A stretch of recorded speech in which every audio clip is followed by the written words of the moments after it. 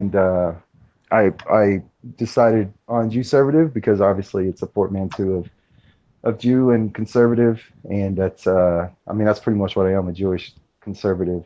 Um, what was the rest of your question there? So, what's your basic approach to national issues? So, I mean, you're obviously conservative, but what does that actually mean? Well, I would say that me and Halsey are pretty similar in our approach when it comes to nationalism and specifically like the ethno state. He goes a little bit farther. He's talked about how he would be okay with taking Kansas, and an example would be Kansas and making that part of the ethno state where they could have their own state and all that. For me, uh, I I I would be okay with a any ethno state that doesn't displace people or harm people in any way. And I think if you're taking place occupied land, you're gonna end up harming somebody. Um, but I am a civic nationalist, and I'm pretty right on just about every issue, social issues, and just about every issue you can think of, really. Oh, why don't you detail some issues so we know where you're coming from in more specific terms? I'm pro-life. I I used to be entirely against gay marriage, but I've softened a little bit on that issue. Pro Second Amendment, completely entirely pro Second Amendment, 100% freedom of speech advocate. Um, I don't know.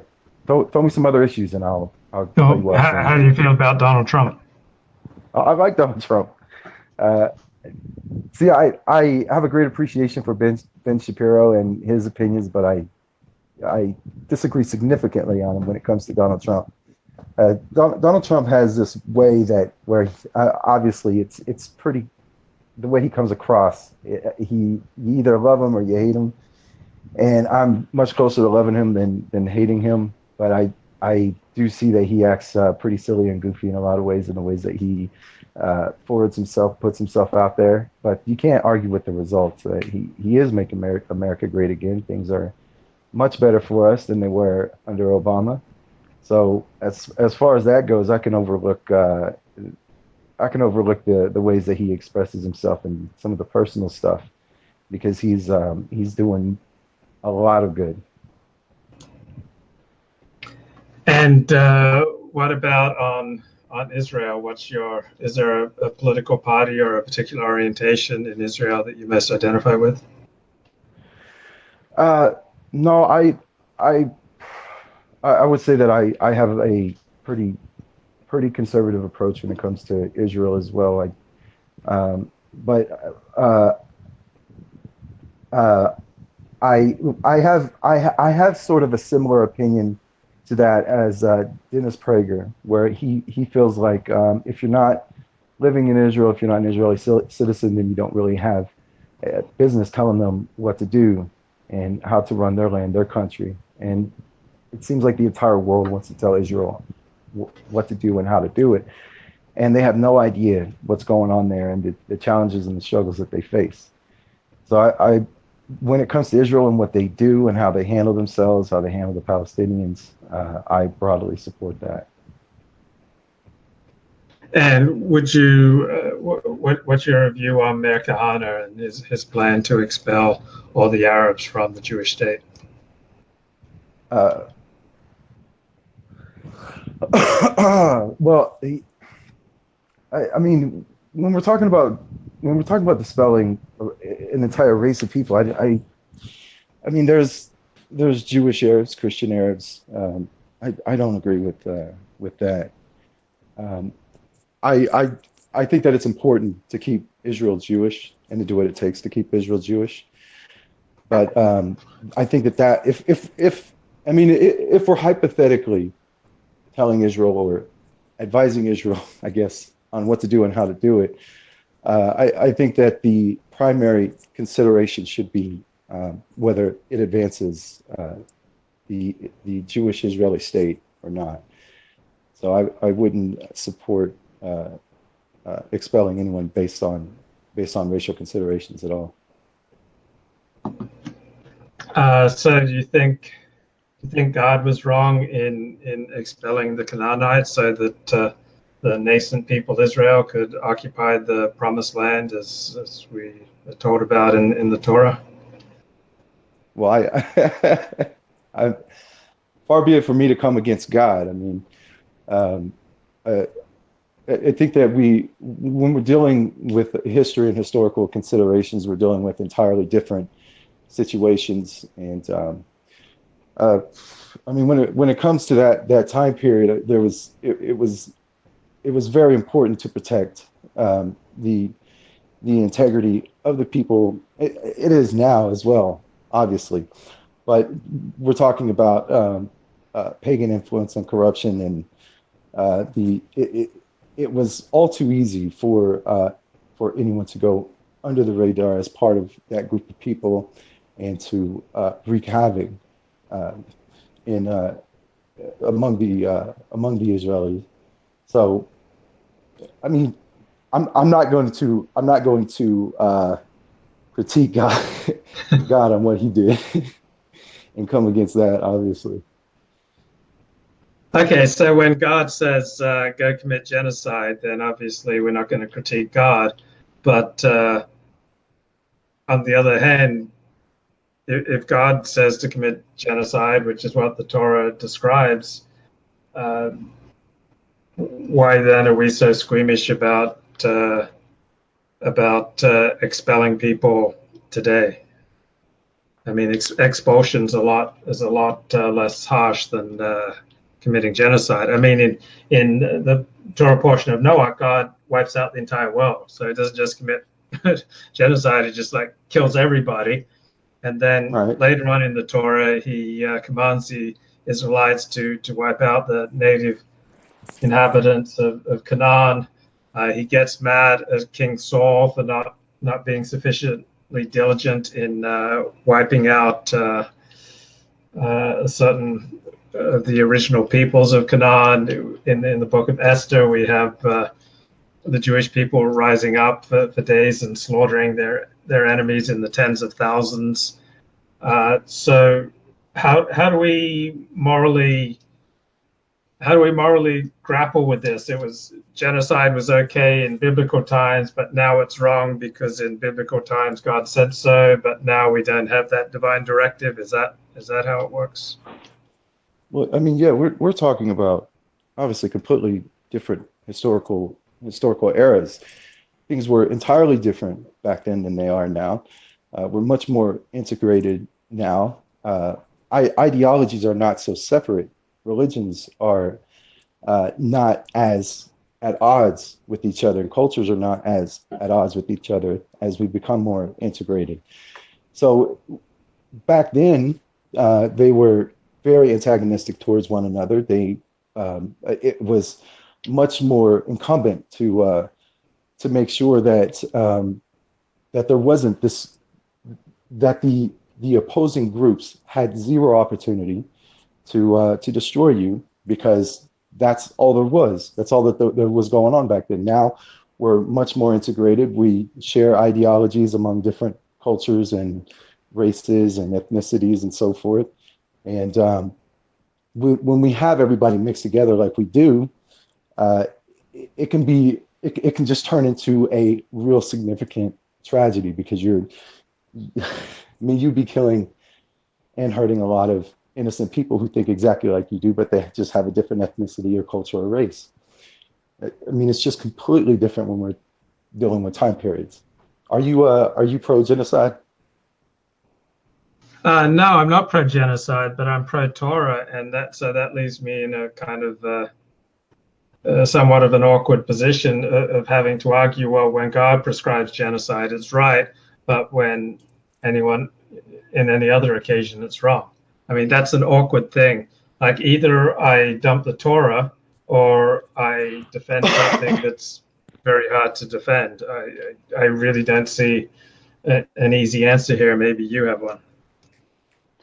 I think that it just comes down to the idea that God knows better than we do. So if God prescribes something, then He's probably got more of the facts than we do. And if we're going around prescribing the same thing that God did based on trying to emulate God's reasoning, then we're inevitably going to fail. Yeah. So what's your Jewish approach? Are you Orthodox? Are you secular? Where do you fall? I'm a conservadox. Okay. Are you familiar with that, conservadox? Yeah. Yeah. It means you're between conservative and Orthodox Judaism. Yes, exactly. That's my show, and that's how I practice. And you're Could you Orthodox, is that right? elaborate? Could you elaborate what on not everyone knows what conservadox means, so could you elaborate? Well, I mean, to say that it's a cross between Orthodox and conservative Judaism is a pretty good description of it. The the mixing of genders is a lot looser. The rules regarding that. As a matter of fact, my rabbi is a woman. Um, the how tightly we adhere to kashrut and uh, other dietary standards is it's not as tight. It's much looser than Orthodox. Um, it, I guess it's sort of a. I mean, it really is just a middle ground um, between the conservative and the Orthodox approach to Judaism. And so, what keeps you from going one way or another? Like, what keeps you from being Orthodox, or what keeps you from being conservative? Like, what are your critiques of these two large movements of Judaism? Well, I think that I do think that Orthodox can tend to be. I mean, the reason why I wouldn't change my I guess the type of Jew I am or whatever is because the Orthodox do tend to uh, separate themselves more of an extreme way from the culture and the society that they surround themselves with, and and this is just my opinion. I totally support what they do and how they do it, but it's just not. It just wouldn't be for me personally. It's how heavy they adhere uh, the different laws and rules and so forth are more extreme than I guess I guess I'm comfortable with and even able to do in my situation. So I mean, we don't even have an Orthodox show around here. We've got a conservative show and a reform show, and that's it. Well, what part of the country are you in? I'm in Oklahoma. Not a Oh, big you're in Jewish population. Oklahoma. Yeah, not a big Ah, Jewish ah, population here. no. Wait, you just posted this very painful tweet. I've got to ask you about it. It has nothing to do with what we've discussed so far. But 23 hours ago, you posted, "My dad was a terrible human being, and my goal as a father to be everything he was not and nothing he was. Happy Father's Day." Wow, that's pretty intense, Thomas. Yeah, that's actually a lot of what drives me in my motivations and goals is the kind of person that my dad was. My dad was not Jewish. My mom's Jewish, but he did some pretty awful things. He was not a very good father. He wasn't really there for me. He left us when I was 9 or 10, and while he was with us, he was not a what you would call a quality human being. And excuse me, luckily growing up, I had some real solid father figures in my life that helped to guide me and help me to see really what a man should be and how a man should act. And it allowed me to come to the point where my ultimate goal, as far as being a man, being a father, and so forth, was to to do much better than he did, and basically in a lot of ways the opposite of what he did. Okay, I want to go to Babylonian Hebrew because I know he's only got a few minutes to spend with us. Babs, one, you can talk about anything, but two, even though I believe you are not a father, you've had a father, I expect. Do you have perhaps have any thoughts on what a father should be? Babylonian Hebrew. Be a guiding light, be an ideal, be a standard, but also not to cast a tremendous shadow, to be a mentor as well. And because mine was kind of sort of largely absent from my life, that role wasn't really fulfilled. My train's moving, but okay, that is short but sweet. so come back in when you can, Babs, and we'll go to you before your phone dies. So what kind of father have you been, Thomas? Well, I I think I've been a pretty good father. I try to be very loving, caring, attentive, and I try to teach my children to be tough as well. I have four boys, so I'm raising sons that I have to teach how to become men. I have to teach them how to be tough, but also how to be loving and affectionate, and how to have a big heart as well. So I mean, there's a balance that you have to fulfill when you're doing that, and I try to do that. So how has being a father changed you? Oh boy, that's a good question. It's it's really changed. I would say just about everything about me, because when you become a parent, then all of a sudden everything that you everything that you like to do, or most of what you like to do, and all of the easy way outs are gone. You your whole really your entire job now is to ensure the survival of these little human beings. So you can't, the option to quit, the option to play around with your life that you have when you're single is no longer there. It's forced maturity, forced responsibility. Here's one thing I like to say. I like to say that having kids, it ruined my life, but it was worth it. That's a saying I like to say. Wow, so your life as you knew it ended and a whole new life began, right? Yeah, yeah. I mean, a lot of the fun stuff, a lot of the carefree way of being is gone and disappears when you have. I mean, if it doesn't, then there's a very good chance that a person's not being a very good parent. You have to give up a lot of that stuff, and you can't be as carefree. You have to be a lot more responsible and think about your kids. But as I say, it was worth it. I would do it all over again for sure. So what have you had to give up? Can you be more specific? Um, well, I mean, before I had kids, I could I could be at my job. I could decide, okay, this kind of sucks. This isn't for me. I could quit my job and just rely on my savings for a little bit, live life lean, and just take it easy until I felt like it was time to jump into something else. And I can't do that. That's not an option anymore.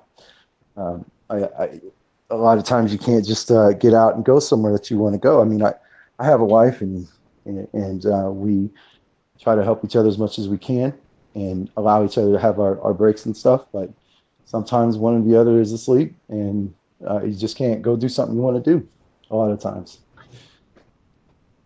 But And so there's do a you lot of other have, ways too. sorry, I spoke over you. Go ahead. No, I was just going to say there's a I would have to give it a good think, maybe a good 15 or 30-minute think to really outline all the different ways that it changes your life or my life specifically. And but there's tons and tons of little ways and several more big ways that being a parent really changes your life. Was your father black? What? No, Well, no. Why? people look at your avatar and they think that you're mulatto. No, they. I think that primarily they're listening to my voice and thinking I'm mulatto. I don't know why my voice sounds more on the deeper side, the darker side, I guess you could say.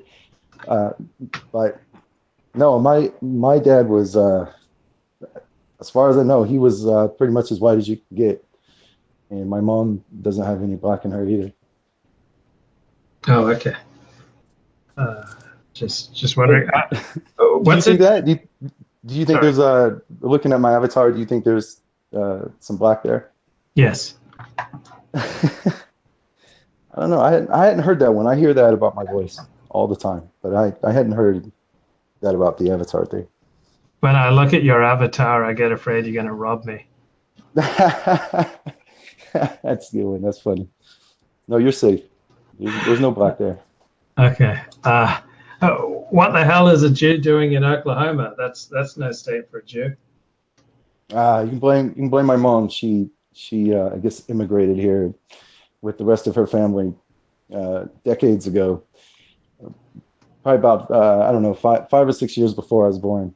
She brought us here in a land where there's very few Jews. I mean, I would say there's probably a good 50 or 60 at the show that we go to, but that's probably a good portion of the population of Oklahoma City, the Oklahoma City area. So that's what we're doing here. And you're Australian, is that right? Yes. How's the Jew population there? There are about 200,000, so less than 1% of the population. And I'm also a convert to Judaism, so I only converted got to when I was living in California in my 20s. So Oh, I, that's cool. yeah, I grew up a Seventh-day Adventist in Australia and then in the Napa Valley. So you've probably been a Jew for a good part of your life then. Yes, since I formally converted when I was 27, so that's 25 years. Yeah, almost half your life there. Yeah, so in 2 years, in 2 years, I will have been Jewish more than I've been Goyish. Nice, Mazel tov. So See, you I live. heard. Go ahead. I was just gonna say I heard something that sounded crazy to me, and I don't know, it could be true, but I heard that Melbourne has the world's highest population of Jews outside of Israel. That's crazy. That's I thought it absurd. was crazy. It Yeah, it has was on maybe a live stream, and someone threw that out 30,000 there. Jews. Melbourne has about 30,000 Jews. So Yeah, I'm sure well, that Denver has more Jews than Melbourne. yeah, I thought that sounded a little nuts too, but it was JQ stuff they were going into, and I guess it was somebody who was talking to an Australian, and they wanted to highlight how the Jews are taking over Melbourne. Well, the Jews certainly have an influence disproportionate to their numbers in Australia, as in England, as in the United States, as Pretty in much anywhere Canada. there's a Yeah. concentration of Jews, you'll probably find that, I guess. How do you explain Jewish disproportionate influence? I think it's a combination of culture and the tribalistic mentality. See, here's the thing. When we talk about culture, we look at the black community and how their culture is just hurting them significantly when it comes to achieving and so forth.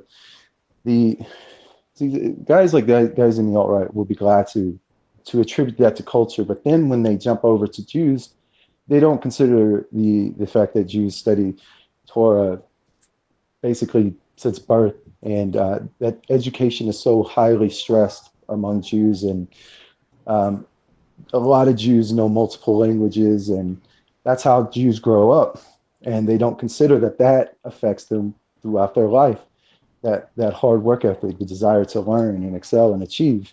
But then you've also got the tribalistic mentality where Jews like to help each other. They like to be with other Jews, have other Jews around them.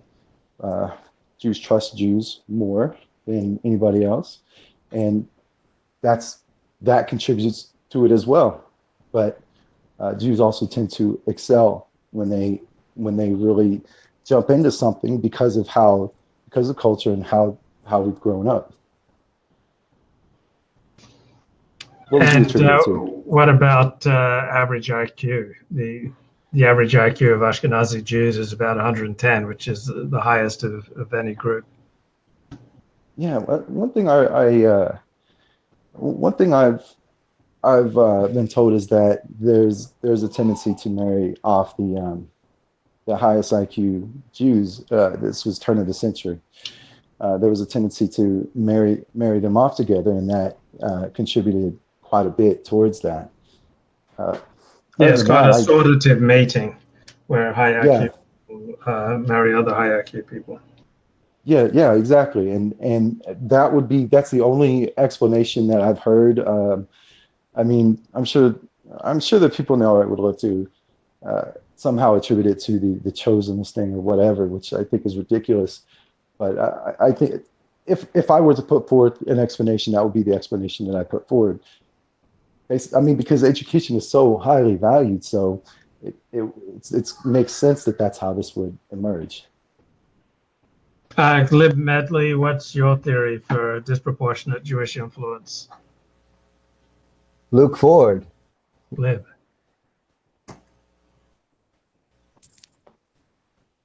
Glib, what's your theory for disproportionate Jewish influence? Doesn't seem to be loading. You can hear me, Luke? Yes, I can hear you. What's your Okay. theory for Well, Jewish influence? I think it's been on the wane, but all of a sudden Luke Ford came along and now the Jews are back in power. Scary. The whole new paradigm out there, Luke. You're at the center of it, the apex. I couldn't have done it without you, Glib. You are the quintessential YouTube commenter.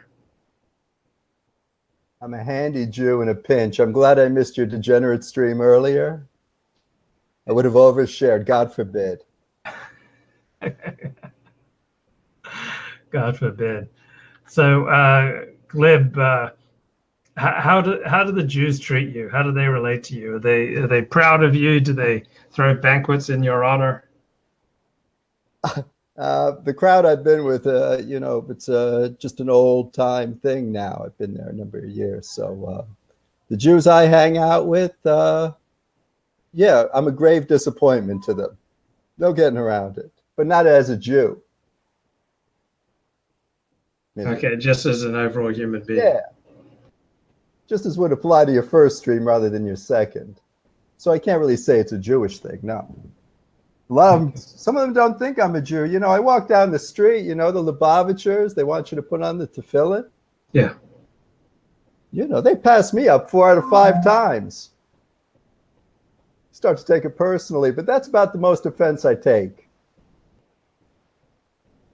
Okay, Thomas, how do the Jews treat you with the respect you deserve? I think the Jews treat me fine. I don't have any complaints about that, as far as that goes. Oh man, I met a Jew without a chip on his shoulder. This is amazing. I met 2 Jews without chips on their shoulder. Well, I'm a pagan Jew. Analytical chick calls me a pagan Jew, and I can really work with that, you know? My favorite holiday is Sukkot. So, you know, it's, I can handle being on the outside, on the fringe, you know? Thomas, in Oklahoma, what kind of reactions do you get from the Goyim to Jews? Oh, the Goyim, they love the Jews over here. I mean, it's a little disconcerting a lot of times. The type of I guess comments and so forth that I get when people find out that I'm Jewish, and because there's a lot of evangelicals around here, and they have a great appreciation for Jews, which is that's awesome. I love that. But it makes me feel feel a little strange because they have this whole chosen people. I don't know, stereotype or mindset or whatever concerning Jews. So yeah, I never know how to respond to the kind of comments and things they say and all that. They love us here. Glib, how do you notice the guy I'm relating to Jews? You live in New York City, so you might have a different experience from Thomas. Well, we're really treated as white people here, and there's a lot of contempt for white people. Seems to be growing with, well, since Obama, and then with De Blasio. I think the Asians seem to be getting the most brunt because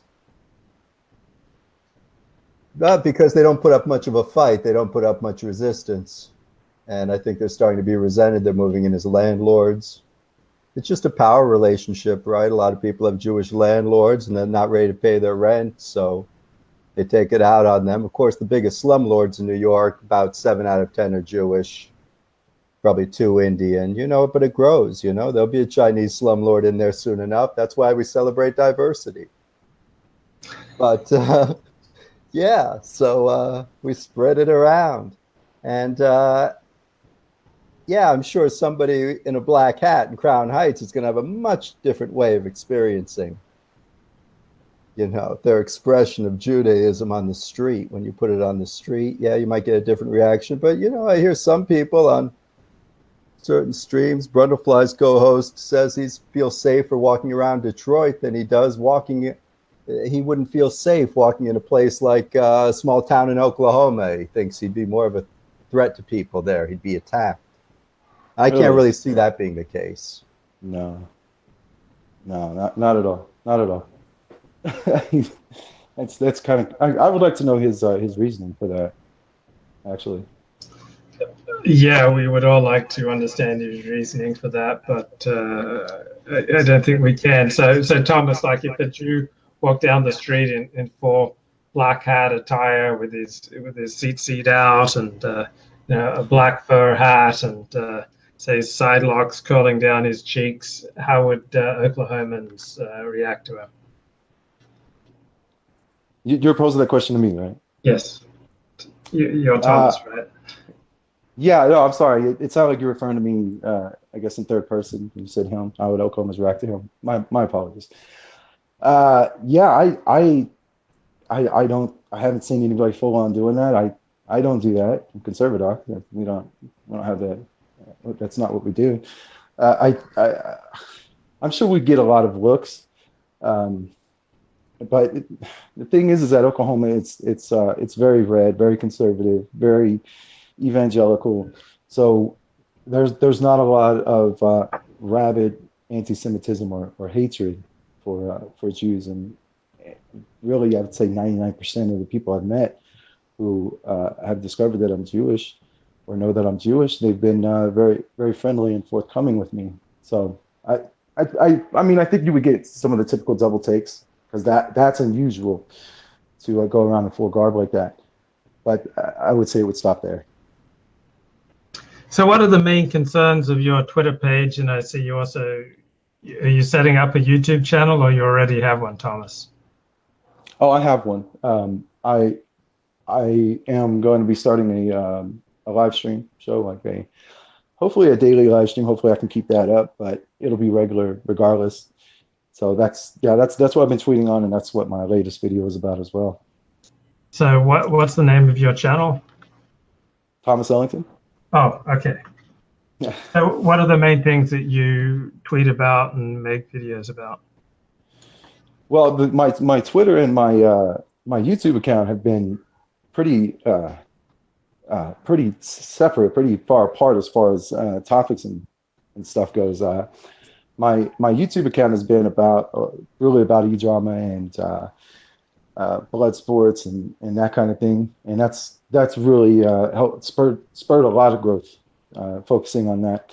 And my Twitter account has been primarily conservative, right-wing politics is mostly what I've been tweeting about on that. So yeah, those are there you go. There's your answer to that one.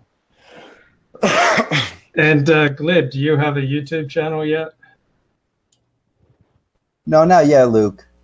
I'm hoping Dennis Dale starts something up. He was talking about me being a co-host, maybe get one other guy in there. So I'm just a little bit too busy doing stuff I do to set up something like that. I was thinking a nice way to meet some of the locals, though, would be, well, never mind. Never mind. Not going to get into that right now. All talk, no action. So, nope, Well, not yet. yeah, I'd like you to see you stop underwriting and start raking in the big super chat dollars, Gleb. Well, thanks, Luke. Thanks for your support. I hope to get some Halsey bucks, one of these days. Yeah, maybe if you play your cards right, I mean that's in your future too. So, yeah, I'd like to see you to. Thomas, how do you spend all the money that you make from YouTube? I think I've made total $14 on YouTube. And how did you That's spend it? I blew it on coke and hookers, obviously. No, I've only actually tried to monetize 2 videos, and that was through Streamlabs because I'm not approved for. I mean, I have all the metrics to be approved for the YouTube Google AdSense, but they haven't gotten around to doing it. They're taking their time. So, yeah, $14. That's where I'm at right there. Hopefully that'll go up when I start my show. That'd be nice.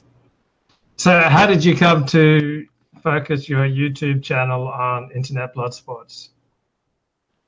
I just I think when you're doing a YouTube channel, obviously it's best to focus on what interests you, but also to keep an ear to the ground on what your audience is interested in. So as I started my YouTube channel for about a month. I was doing videos on conservative stuff, just typical, I don't know, anti-feminist, anti-SJW stuff, and then things started happening in the little community, the anti-SJW, anti-feminist space that I wanted to comment on, and when I would, people really took to that. So I kind of shifted to that. It started with I don't even know how familiar you are with this stuff. Are you familiar with Crowd T Discord server and all that?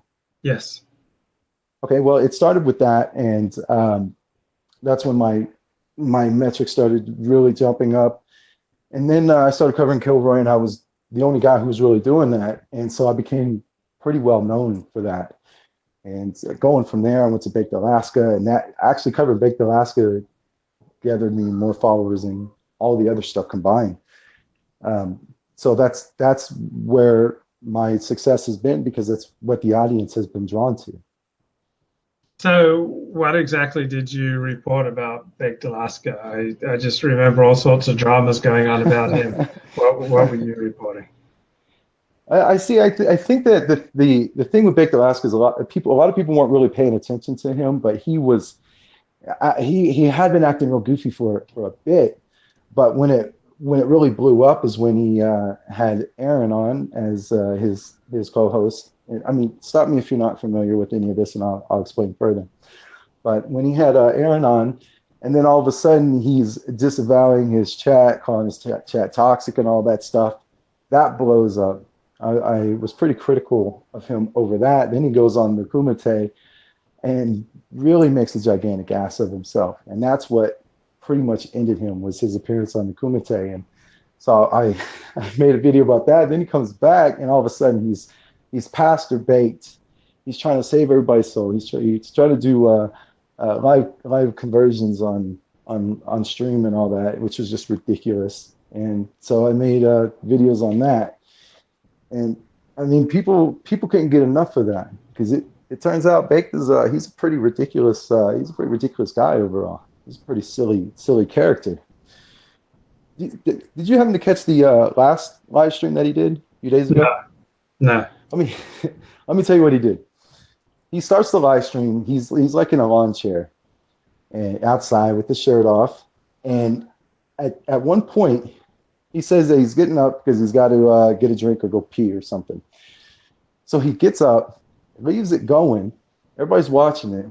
And then all of a sudden, like 10 or 15 minutes later, we find out that he started another live stream while that live stream was going on. So now he's on this other live stream inside of his house while his old live stream is going on. Nobody knows about it. I guess a few people paid attention and noticed it, and people jumped over to that. So he's on there for maybe 30 minutes, and then he leaves that live stream to go to church, and he leaves that live stream going on an empty house with the cat running around. saying that he's going to come back. He's going to come into chat at church. While he's at church, he's going to join chat and I guess talk to everybody. So he's just acting so weird and strange. I can't believe he passed the drug test that he did, because otherwise it comes down to some kind of mental issue or something with him. And were people hanging around to watch the cat play and the? Yeah, surprisingly, there were people in the chat for quite a while after he left. I was in the chat just screwing around with everybody. It was it was just funny and weird. The Ralph Fatore was in there trying to figure out what was going on. Just an odd thing, and now I believe he's removed his video. He either removed all of his videos or at least the last two, but I think he may have removed all of them. Wow. So what direction do you see Baked heading in? Oh, he's got a tough one ahead of him. He's got a really tough road to climb, because Kraut, I think, could come back and be successful because Kraut had a real talent in what he was doing. I don't know what Bake's talent is, really. Bake just seems to be able to stir up trouble. He seems to just like he's been in the right place at the right time on a few different occasions to get his name out there and to get popularity. Other than that, I don't know what talent he has. So I don't know what he could jump to. I think that he may be done as far as this goes.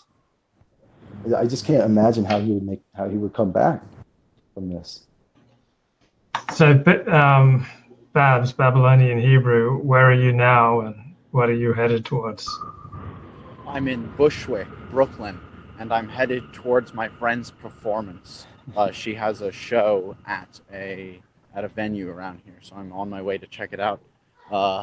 Please, I'm really enjoying this conversation. It's quite interesting. Are there any pertinent questions that you'd like to ask me? I wasn't able to catch all of it. It was intermittent because I was underground. Yeah, I mean, have you been in Bushwick for the last 4 hours?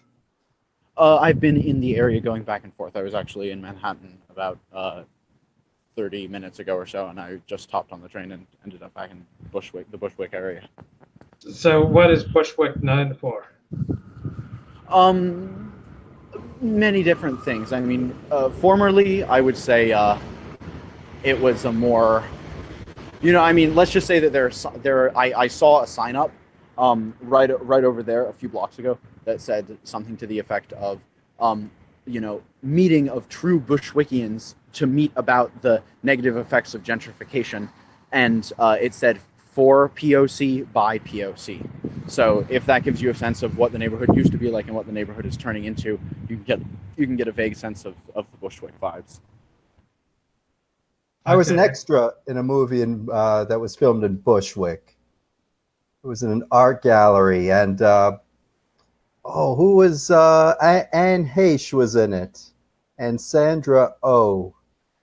Yeah, and it was in an art gallery, and they got into a cat fight. And I was in the gallery.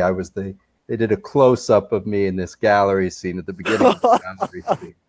I can't even remember. I can see you as a gallery goer in New York. Yeah. You look the part. So there it was. Yeah, right. I don't know whether to take that as a compliment or not, Babs. I'm not sure either. Yeah. I mean, for better or for worse, so do I. Yeah. I could. I got to get over your mother's gallery at some point, no doubt. I've heard too much at this point. Got to meet the woman. Yeah, please. You're always welcome to stop by Manhattan. Sorry, go ahead, Mr. Ford. Gleb, what's the name of the movie, and when did it come out? It came out 2 years ago, and I think he's like trying to be the Turkish Woody Allen. He's definitely got a political chip on his shoulder. As far as the art gallery went, it was all anti-Bush, anti-Iraq war stuff, which I guess fit into the movie. Look up Turkish Woody Allen and look for a movie 2 years ago starring Anne Heche. Yeah, you can just check out Anne Heche's filmography. You'd have a great time just thumbing through it. There's been some great roles lately, and she got to star next to me, so her star's still hanging in there. Did you manage to convert her from lesbianism? No, but the woman actually ran out of the gallery. These two get into a real cat fight. They're pulling hair and everything. And then Anne Heche goes running out of the gallery after her, or one or the other. But she's wearing, she was following after in these spiked heels. She was running. And she was very nice to us in the bar afterwards, where they gave us free drinks. So was the cat fight part of the film, or this was real? Yeah, and I believe that might have been the name of it. Might have been the name of it, cat fight, because there were two cat fights. Same people. Thomas, are you into like cat fights and like women on women stuff? I have an appreciation. I'm not gonna lie. It's kind of hard as a man not to have a little bit of an appreciation for a good cat fight. So yeah, there's nothing wrong with that. I mean, you specialize in drama. You specialize in blood sport drama. So there must be like a little cat fighter inside of you trying to get out. That's got to be what it is. I'm expressing my inner cat fighter as I cover this stuff. I don't know. I mean, people like it, then you got to cover it. Got to tell them about it. Somebody's got to fill the niche, fill the void, I guess you could say. So how do you go about your research into internet blood sports? Who do you follow most closely, Thomas? I follow the blood sports channels that and the characters that are relevant. Basically, there's a lot of people trying to get into blood sports, and not all of them are relevant. Not all of them are any good, and people really could care less about them.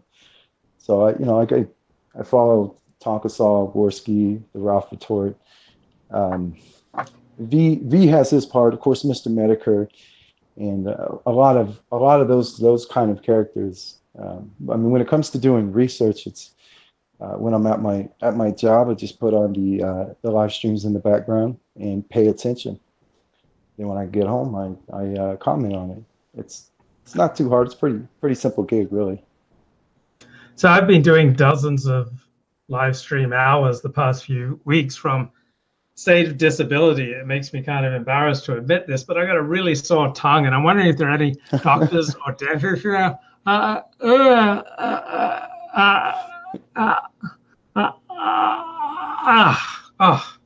It's like all these like white splotches back there, and it's just like killing me. And my dentist told me to just like wash my mouth out with salt water a few times a day, and it kind of went away, and it's coming back, and it's like you got this like sore tongue back there, and like every word I say, it's like taking a toll. It's painful, and like after how many weeks of pain, I think I maybe bit my tongue, or maybe I got some flesh-eating virus.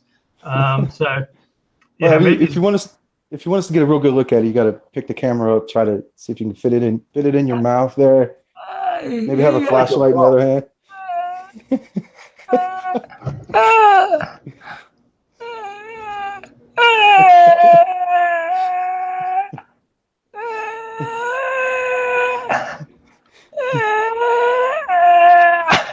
It's like really sore. I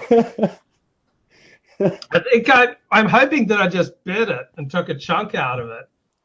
But you could try a few la la la's. Okay, la la la la. And it's like there's like the gray splotches, but then there's this white, dot saw thing.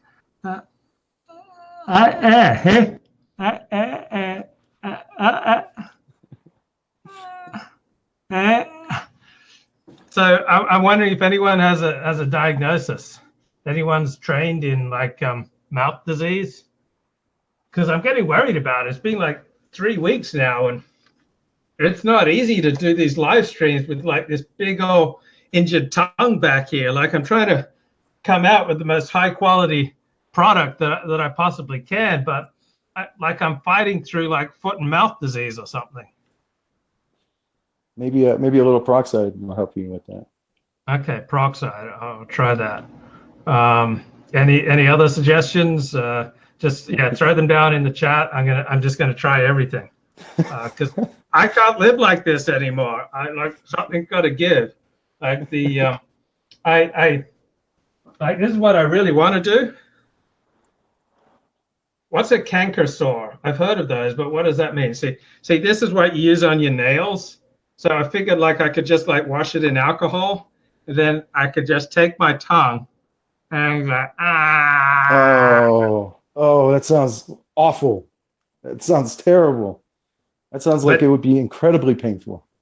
But do you think Oh, I think I know what it is. Yeah, it's caused just by friction in the mouth. I think it's just like a little mucous membrane or something along those lines. I think that's the similar premise as a canker sore, if not the exact same thing. And you are going to want to, you're just going to want to avoid friction in that part of your mouth. I don't know, just maybe like try not talking so much for a few days. Yeah, try salt water rinse in your mouth. It'll naturally go away after a period of time. However, the worst ones will last, up to like a few weeks, maybe even like a month if you're really putting a lot of stress on it. But all it is it's just sort of like a little lesion that's caused within the mouth by like a lot of friction. Sometimes it appears on the inside of your lips if you have like large kind of fang-like teeth that kind of like protrude to some degree into your lips if you're not careful like me. Yeah, again, just give it time. Avoid friction on that part of the mouth. It's rather similar to a blister on your foot, and it'll go away. After they form, though, I think one time I think that it's more likely for another one to form in that same spot at the same time. So you just want to be careful. You don't want to irritate your mouth too much, as you said earlier. You figured it out. Yeah, they seem to be multiplying. And I noticed when I like drink something citric or acidy, it really stings. So I got to stay away from like anything orange or citrus. So I was thinking of applying this nail file to my tongue. Babs, would this be the ideal sort of? Yes, but I think that might be a case of using a scalpel to cut a tree down, as it were. If I were you, I'd recommend a pet egg or a cheese grater. Those would be more effective.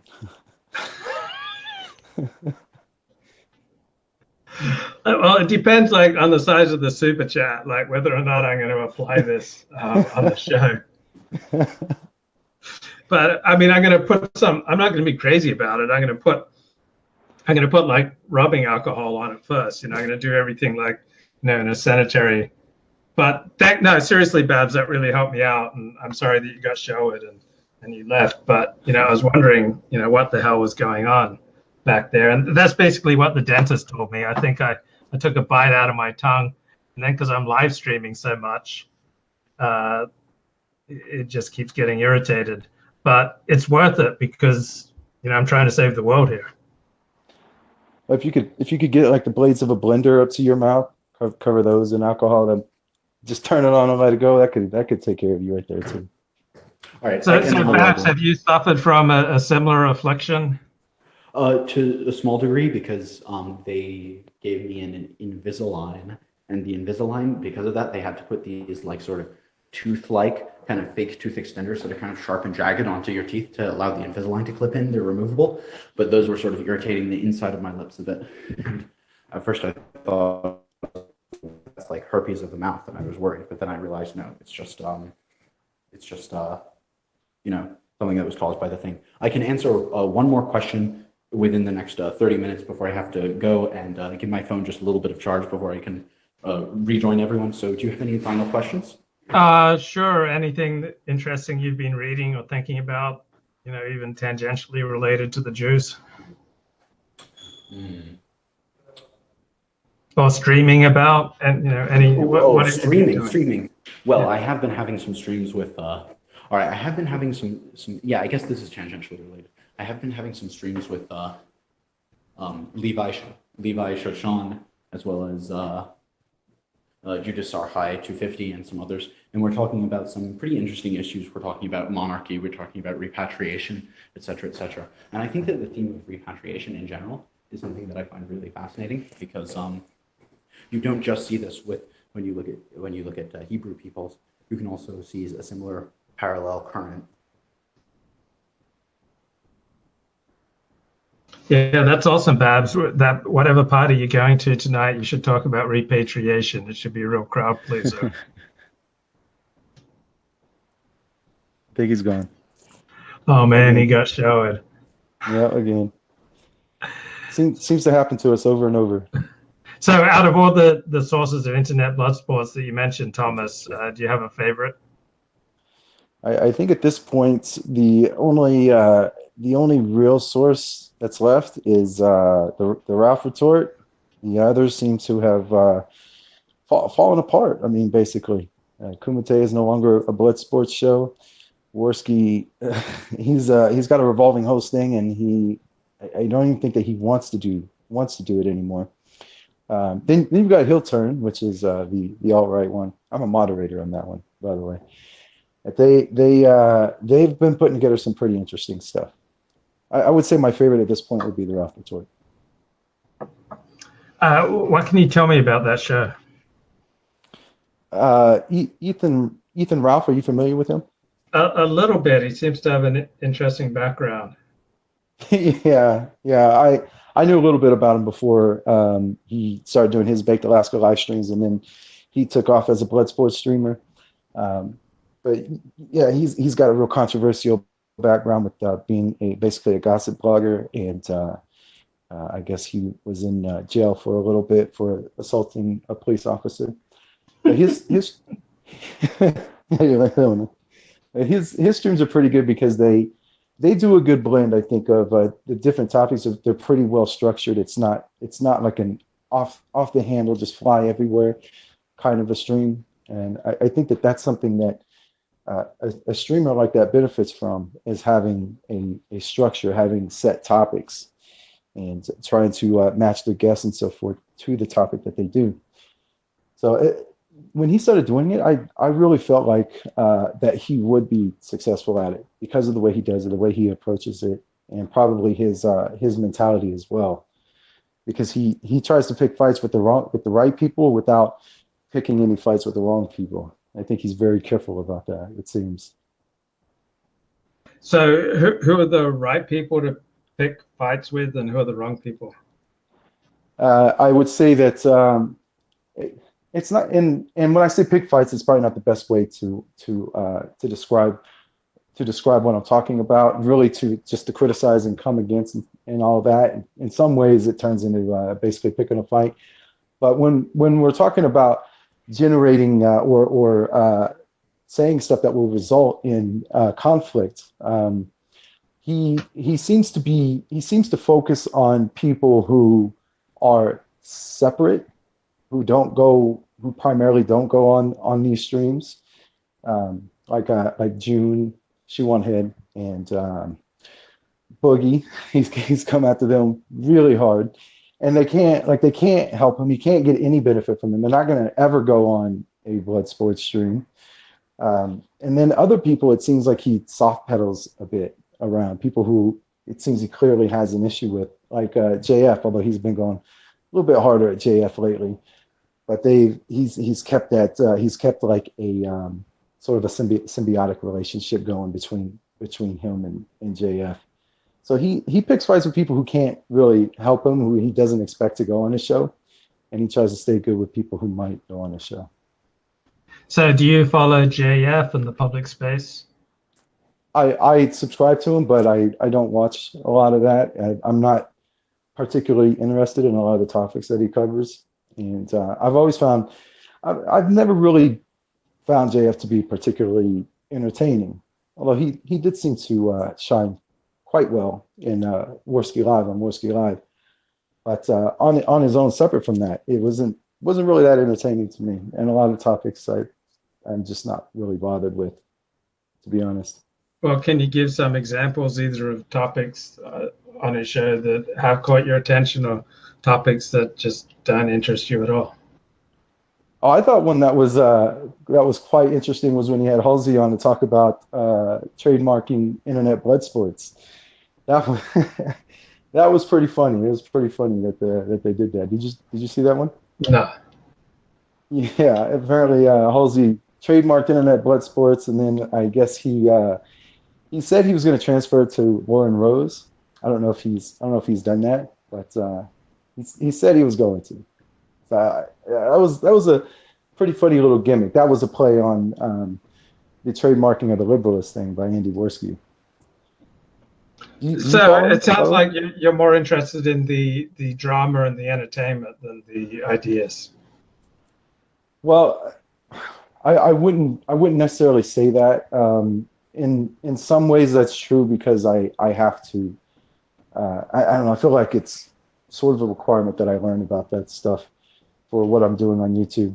But in other ways, I do follow a lot of people who do focus fully on the issues, like Ben Shapiro and Crowder and those types. And it's just that they entertain me, and they the way that they approach the topic and discuss the topic is something that is palatable to me.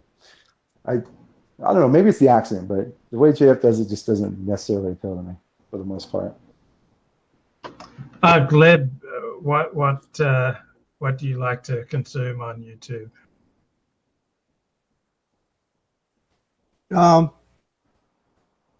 Yeah, none of that stuff really does it for me. As you were saying, it's kind of like a soap opera, all those guys. Yeah, I see names like Kumite, and then I remember following Braving Ruin on Twitter, right? And he had a channel, and he went dark. He ghosted about a week or so ago, and Yeah.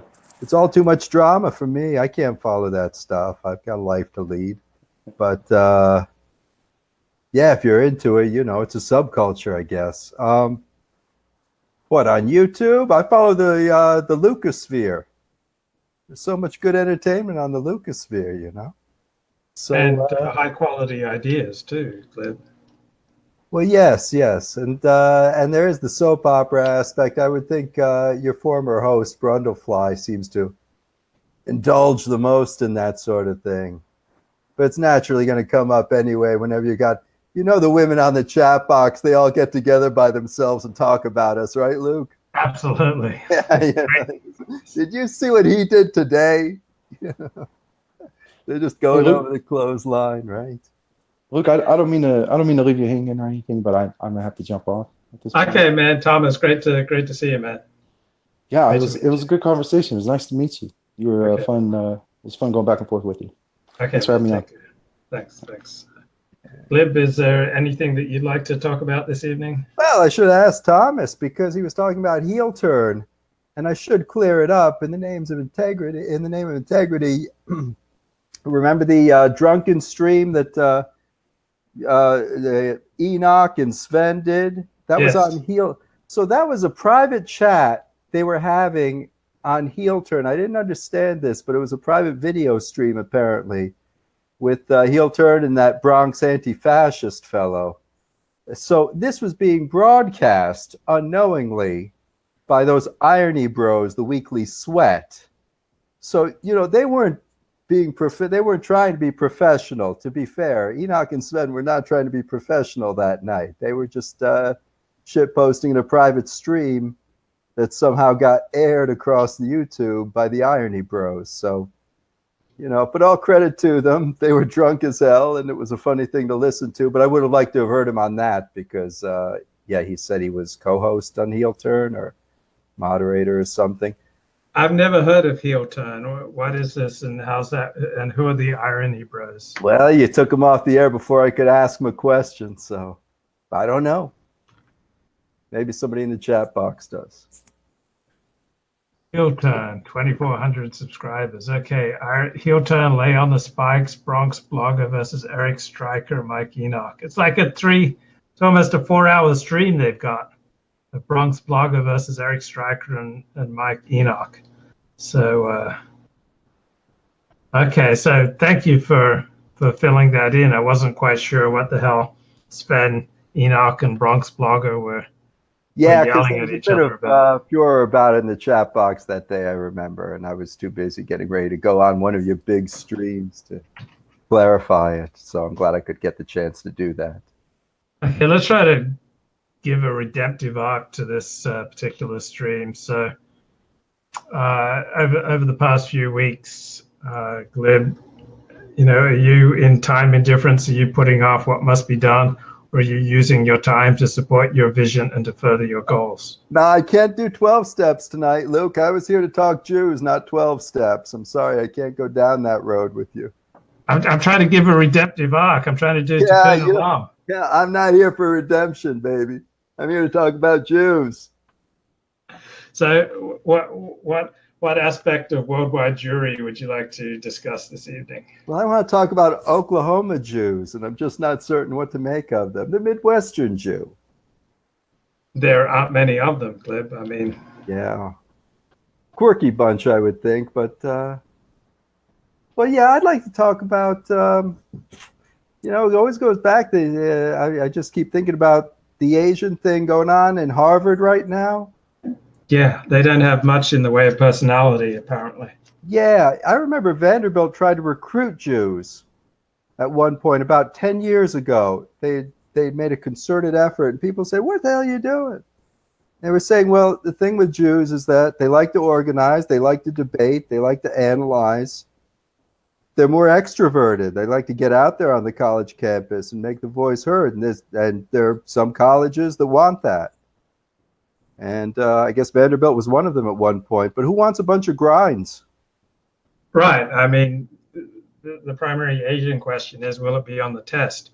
They don't participate much in anything extracurricular. They don't invent much. They don't discover much. They just kind of grind out the grades by and large, and they're boring.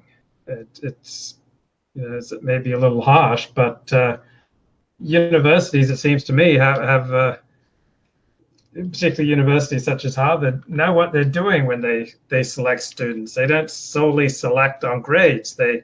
They want people who are going to be future leaders and people who are going to give back to their university in generous amounts. So Jews, of course, do tend to donate to their alma maters in generous amounts. They also tend to go on to disproportionate influence in society. They're frequently innovators.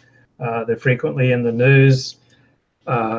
So Asians tend to be much more low key. They tend to not pop their head above the parapet. They don't tend to invent a lot of stuff. They don't tend to innovate a lot. They don't tend to, you add to a university atmosphere. Luke, wouldn't it make sense for enough angry Asians to open something like Brandeis University, which is the alternative to Harvard, when there were too many Jews applying to Harvard, and Harvard said, no, we only want this amount. They went off and formed Brandeis University. Well, Asians haven't started any universities in America. That's the thing with a lot of the third world, Muslims come here and they get their mosques built, no problem, but there's no such thing as a Muslim hospital in America. Right. And I don't see it with the Chinese either. I bet the Chinese have probably got some local clinics going on because I think they would, but I wouldn't be surprised if they didn't, though. Yeah, if you're cheap, you're not gonna create this good name for yourself. I mean, say what you will, but yeah, the Jews like to put their plaques on. They like to get their names on the wall, and there's really no crime in that. And Steve Saylor has an interesting blog post. If Harvard was 60% Asian, would even Asians find it as cool? And of course they wouldn't. Right. I mean, Asians haven't developed their own colleges and universities in America. They haven't developed their own hospitals. They're not particularly innovative people in this respect. And they do create their own neighborhoods at a fundamental level, and that creates bonds where I wouldn't be surprised if they have a higher fertility rate. But actually, I've heard it's very bad for Asian women at the upper education level. They're not reproducing in their 20s at all. It seems to be a thing going on in China as well. They're getting, for all of the lack of women in China, Chinese women aren't getting married right now, from all reports I've been seeing, the urban ones, the successful ones. Well, there's no incentive for Chinese women to have children. China doesn't need to increase its population. Like Japan, a reduction in population would be in the national interest. I guess we're getting tangential, though. Getting back to Harvard, enrollment at elite universities is fundamentally a political decision. You're creating the next generation of the political elite. How many Supreme Court justices come from anywhere than Harvard or Yale? 0. Right. So why would you want, even if Asians could get 50% based on their test scores and their academics, and maybe Susie Chang knows violin as well. You know, they've got that level, but why would you want 50% of your elite to be Asian? It's not, it wouldn't work in a country like America. We're too dynamic for that. And we've got a lot of angry blacks and Hispanics who won't go along with that program. They're going to say, we have more power. We were here first. So, yeah, hold it back to about 20%, they're saying. But how long can they get away with that? Well, I'd have to bet on Harvard. Right. They've been around 400 years. One of the oldest, probably the oldest American institution. What institution in America is older than Harvard? Exactly. I mean, they've got a pretty good track record for picking students. They haven't picked a bunch of schleppers. I mean, people may make fun of them for allowing Jared Kushner to go there, but Jared seemed to have done okay for himself. Yeah. How much of these schools do you think legacy is a factor in admission? I think it's a factor for a place like Harvard. I mean, there's a number, right? How much does have to be donated to the university to admit someone who doesn't qualify with their grades? And it seems that Jared did not qualify with his grades, and so his father had to donate something like $500,000 to get him in. Yeah, I guess it would be worse if they were foreign, right? If the foreigners do it. How many foreign nationals do we want being educated here? Wasn't that one of Mearsheimer's arguments in the rise of China? In that, Mearsheimer said we should expel all Chinese students studying in America. Why do you want to strengthen your enemy? Like, China is our principal competitor in the world. Why do you want to strengthen them? It's like the Dallas Cowboys develop some innovative technique and then invite the New York Giants and the Redskins and the Eagles to come learn their innovative technique. It's self-defeating. Yeah, and there are a lot of Jews getting married to elite Asians too. I remember Noah Feldman at that Steven Pinker lecture where he was going in on the harpening Cochrane theory about Jewish intelligence. He was analyzing it at YIVO in New York City. And Noah Feldman was the moderator there, and he had a Korean wife. He had just done an article, too, talking about how terrible Orthodox Jews were to these outsiders. Yeah. So... yeah, there are a lot of leading Jews with Asian wives, and some of them are friends of mine, and they may not have gone public in this respect. So for some of them, I respect their privacy. But of course, the guy behind Facebook has a very plain-looking Asian wife. It's a big deal with everybody talks about how matrilineal Jews are. But as I understand it, the few Jews who did go to Khazaria, the Jews who went to Rome, these were all male Jews inseminating the Gentile women, right? It was the leaders, it was the elite of the Jews, the most dynamic. I'll use the word rapacious in its innocent sense. And, you know, they led the way. I mean, and it's a good thing, you know, because the elite men are going to get the best women. And so you got Ivanka Trump is what I'm thinking of. I was talking about in the chat box. You know, this is very healthy, especially because it seems it gets too matrilineal once it's insular. As I was saying in the chat box, you've got these high rates of special ed programs for these Orthodox communities in Muncie.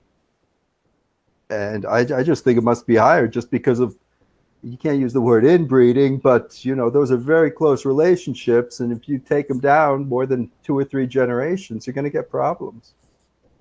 I've read that the majority of Mexican men have the majority of their DNA as European, while it's not true for Mexican women. It's more native.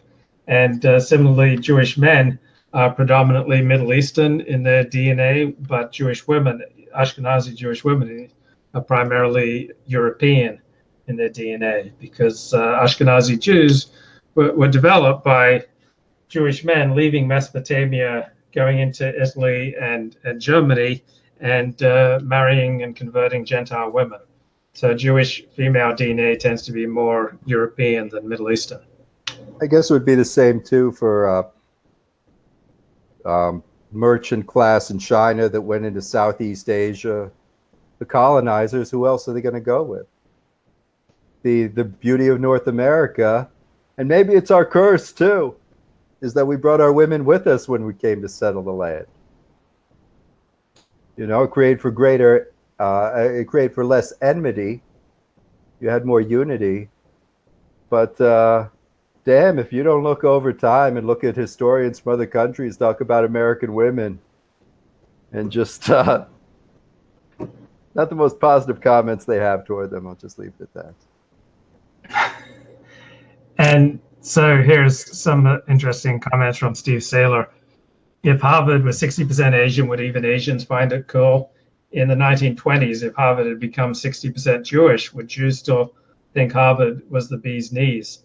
Jews didn't seem to want to go to Jewish colleges the way they wanted to go to Jewish hospitals or to join Jewish country clubs. Similarly, Asians haven't started many colleges in the US. Asians tend to want to send their kids to colleges full of the kind of people that get their wedding announcements in the New York Times, which are colleges that aren't majority Asians. And Steve writes, my impression from Robert Klickgard's 1985 book, Choosing Elites, gave an inside view of the statistical analyses Harvard performed in the 1970s to optimize admission policies to the affirmative action era, and that Harvard crunches the numbers very hard. Harvard is run by smart, reasonably ruthless people who understand the value of Harvard's billion-dollar brand name. Harvard will do what it takes to protect the brand. That includes discriminating against Asians. Well, they'll do it. So I would say that Harvard probably knows what it's doing with its admission policies. Yeah, there wasn't much Hennessy could do to keep blacks from drinking cognac, or Chavs in England taking on a certain brand name in, was it London Fog? No, it was another brand in England, and just sinking the brand by association with pearl behavior. So, but Asians aren't pearl, you know. I mean, for all that we talk about grinds, I'm sure there's some good ones. Well, there's nothing wrong with being a grind. I mean, grinds they're not rapists. They're not killers. They don't bring drugs. Some, I'm sure, are bad people. Yeah, no, grinds are good people. Grinds make the world a better place. Doesn't mean you necessarily want a majority of them as your student body. Yeah, you want more blacks and Hispanics, because they are going to be the elite, you know, down the road. That's the way it's structured anyway, in the neoliberal world where Harvard has a central place. The question is, the neoliberal world, well, that's the problem. There aren't any counter institutions to that world. There's nothing outside of Harvard, Princeton, Stanford, Yale that can compete with the neoliberal elite grooming a new generation. So do you think there's a good chance that Harvard will lose this lawsuit and have to substantially change its immigration policies to become much more Asian? Immigration, well, it is an immigration issue. It's a private institution, yes? Yeah. And Harvard has some access to the wheels of power. Yeah. It'll be a great test. And of course, yeah, what's good for the Jews? The Jews are most of the whites at Harvard, aren't they? I think that's a myth. I think that's Ron Unz' shoddy statistical analysis. So it's interesting how so much of the alt-right just seized on Ron Unz's meritocratic analysis because it showed that Jews were the majority of the whites, and that basically the Jews were the benefits of massive affirmative action to get into the Ivy Leagues. It's a completely shoddy analysis. If Jews were massive beneficiaries of affirmative action to get into the Ivy Leagues, then we'd see certain results from that. We'd see high dropout rates, high suicide rates, Jews sticking to themselves. You could say the same about Asians, though. Yeah, you'd see high dropout rates. You know, it's just yeah, I'll take your word for it. But I wish somebody would do. I wish there was some analysis of that. Well, there is. Andrew Gelman took apart Ron Unz's essay. So, All right. right, Andrew Gelman's a statistical professor. Ron Unz is a political activist. So, what you see is on the one side, someone pushing a political activist point of view. On the other side, you see a distinguished professor of statistics cutting through the political BS. I don't know. I just go by a campus like Columbia, and I just don't see a lot of. I don't see a lot of Gentile-looking whites there. I see a lot of the third world, a lot of foreign students, foreign nationals, and I see a lot of Jews. But yeah, maybe the whites are all hiding inside, you know, getting on live streams. Right.